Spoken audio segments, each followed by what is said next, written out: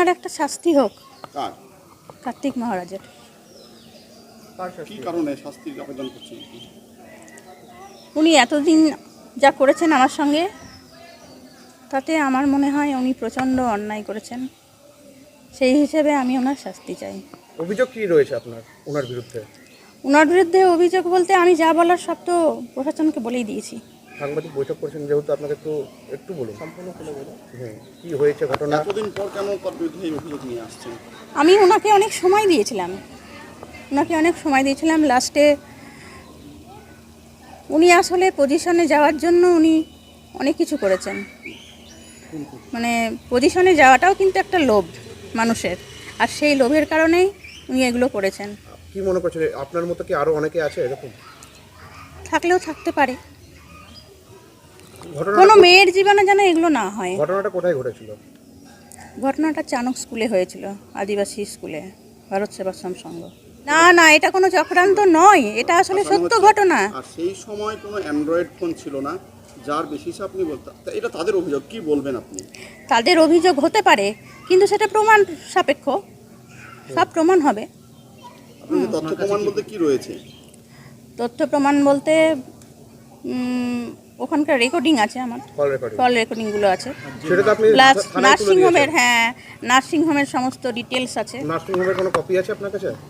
সব আমি তুলে দিয়েছি ওনাদের হাতে। আমি সব এই মুহূর্তে আমি কিছু রাখিনি সঙ্গে, নেই। কার হাতে তুলে দিয়েছেন? আমি প্রশাসনের হাতে সব দিয়ে দিয়েছি। আমি ভেবেছিলাম যে উনি মানুষ, কিন্তু উনি মানুষ নন। আমি এতদিন ধরে মনে পুষে রেখেছিলাম সব কিছু। তো হঠাৎ করে এখন কেন কমপ্লেন 12 বছর পর? আমি ওনাকে সময় দিয়েছিলাম, অনেক ভেবেছিলাম আমার জন্য উনি কিছু ব্যবস্থা করবেন। উনি কি প্রতিশ্রুতি দিয়েছিল আপনাকে?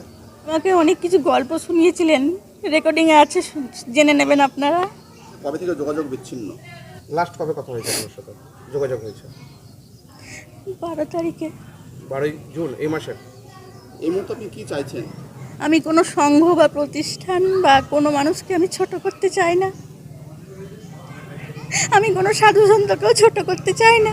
আমাকে প্রশাসনের তরফ থেকে জনগণ সকলে সহযোগিতা করছেন, আপনারা তো সহযোগিতা করছেন আমার সাথে। আপনার সমস্ত ডকুমেন্টস কার হাতে তুলে দিয়েছেন? প্রশাসনের হাতে তুলে দিয়েছি। বেশি কিছু বলার মানসিক ইয়েতে নিয়ে, আর প্রশাসন যা বুঝবে তাই করবে। সব কিছুতেই তো হার জিত রয়েছে।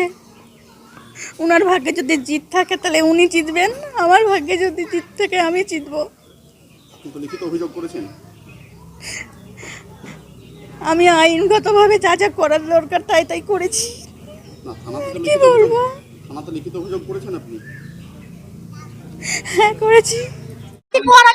ফাঁসি চাই এবং ওর শাস্তি চাই, কঠোরতম শাস্তি চাই। আজ তো কার্তিক মহারাজের এখানে হাজির হওয়ার কথা ছিল, ওনাকে হাজিরা দেওয়ার কথা ছিল, তো উনি আসেননি, কি বলবেন? উনি মহিলাদের ভয়ে উনি আসেননি, উনি সত্যের মোকাবেলা করতে পারবেন না, তার জন্য উনি আসেননি। এবং উনি শোনা যাচ্ছে উনি এখন বর্তমানে হাইকোর্টে গেছেন। হ্যাঁ, সেটা তো আমরা ওনার ইয়ে থেকে, আশ্রম থেকে যেটা আমরা শুনেছি, তিনি কালকে রাত্রেবেলা আসার কথা ছিল, তিনি আসেননি। সেটা তিনি সত্যের মোকাবেলা করতে পারবেন না বলে তিনি আসেননি। আজকে আমরা দেখলাম কয়েকশো মহিলা মিলে আপনারা একটা মিছিল করছেন। হ্যাঁ, আপনারা কি থানাতে কোনো লিখিত আকারে কিছু অভিযোগ না, এখন আমরা করবো। মূলত সেই লিখিতটা কি রাখবেন? আমরা চাইবো অবিলম্বে কার্তিক মহারাজের অ্যারেস্ট, এবং তারপরে কার্তিক মহারাজের শাস্তি। সত্যের পথে আইন চলবে এবং সত্যের বিচার যেন আমরা পাই, তার জন্য এই আন্দোলন। আপনারা কিন্তু রাজনৈতিক ছত্রছায়ায়? না, আমরা রাজনীতি ছত্রছায়ায় নই, আমরা সাধারণ মহিলা, এবং মহিলা হিসাবে আমরা এসেছি। কি নিয়ে আপনারা আজকে আন্দোলন নেমেছেন? আমরা আন্দোলন নিয়ে এসেছি কার্তিক মহারাজের আন্দোলন। উনি তো পদ্মশ্রী প্রাপ্ত। এই যে ঝাঁটা দেখেছেন, এই যে ঝাঁটা নিয়ে এসেছি কার্তিক মহারাজের কাছে উত্তর চাইবার জন্য। কেন একটা মহিলাকে ফিরিয়ে